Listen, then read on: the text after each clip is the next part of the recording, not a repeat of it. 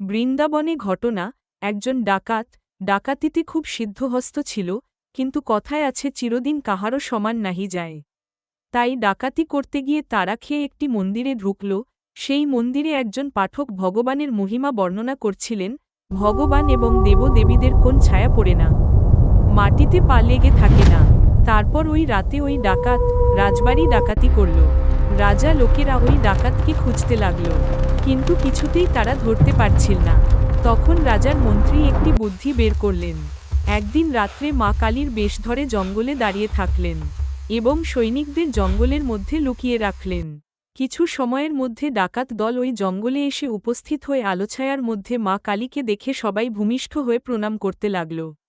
কিন্তু ডাকাত সর্দার দেখেই একটু থমকে গেলেন এবং লক্ষ্য করলেন মা কালীর মাটিতে ছায়া আছে। আরও দেখল মা কালীর মাটিতে দাঁড়িয়ে আছে।